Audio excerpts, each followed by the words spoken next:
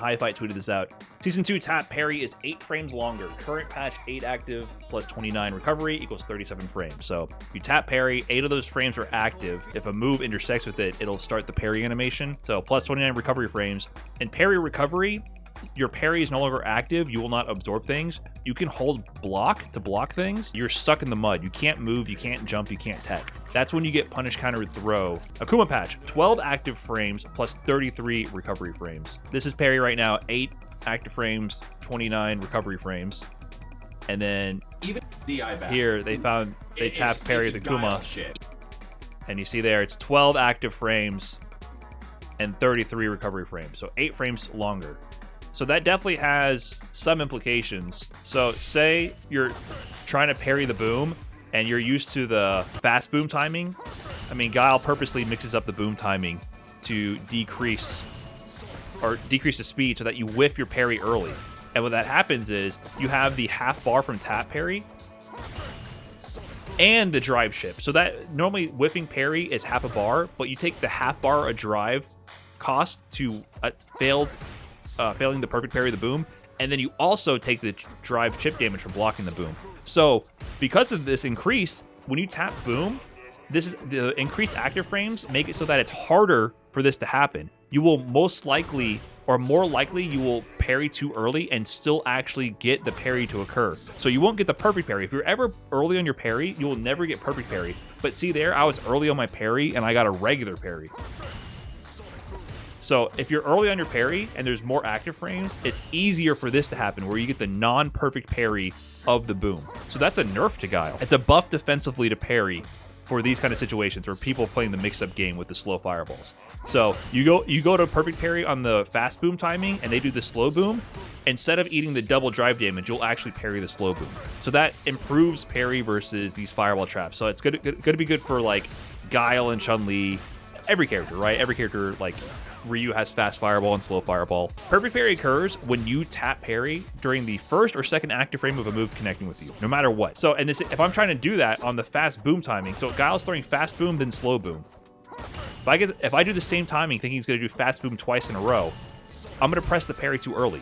So you see this situation right here, I'm getting the perfect parry, and then I'm whiffing my parry. In the new patch, on the second slow boom, I will not get the perfect parry, but at least I'll get the regular parry and not lose drive meter damage from whipping the parry.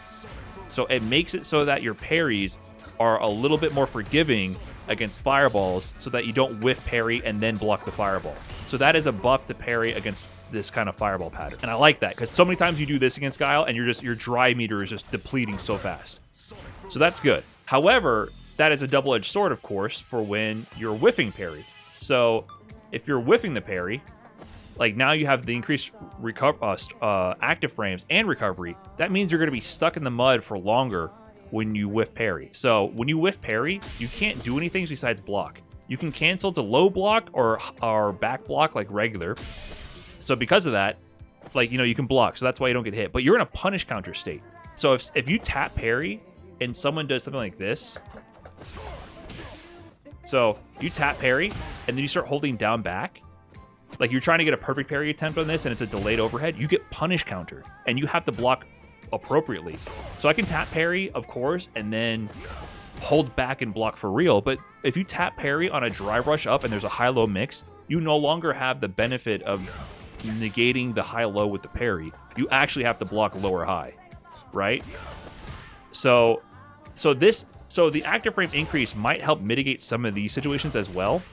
But if you whiff it real early, you're going to be stuck longer in the situation where you can't move.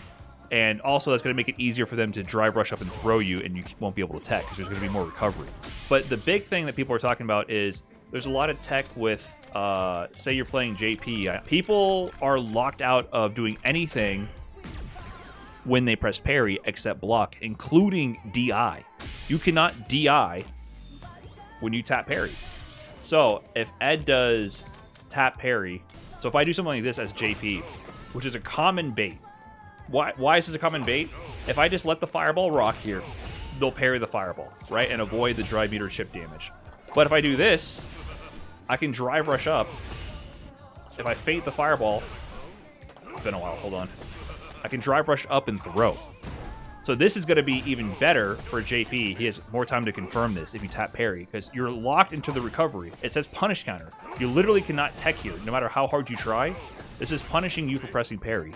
So on top of that, that's a punish. As JP, I would do this sometimes. I would just simply do like fireball feints, like fierce punch into fireball feint, and then I would just DI.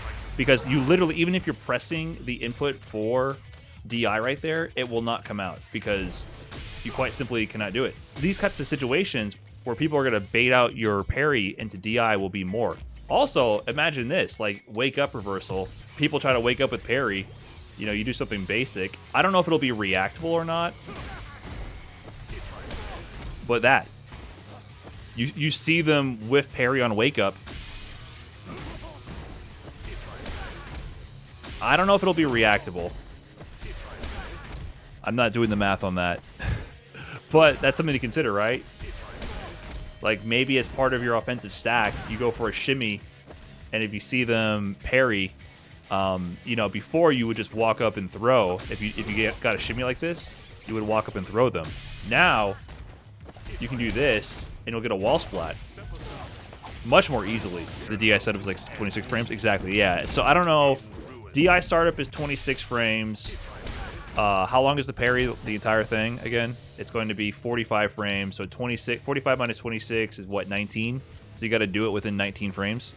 Regardless, these traps will be more potent. People might just do it raw without even trying to react, just raw DI guess. But anyways, that's the point. It'll also for sure make this easier to punish. Like, how many times have you seen this happen, and then they tech the throw? You know what I mean? That's happened plenty of times. You don't get the throw in time. If it doesn't say punish counter, that means they could have teched the throw. So it's gonna be, that's not gonna happen. So that would have been a throw tech in a real match. So I like this change. I tap parry all the time now because it's just a thing to do. You know, it's just what you do. I learned to play the game with the rules it set out, but it feels a little silly. Like, I definitely feel like we're all just sitting around tapping parry. Just autopilot, just fishing for it and hoping to get a perfect parry.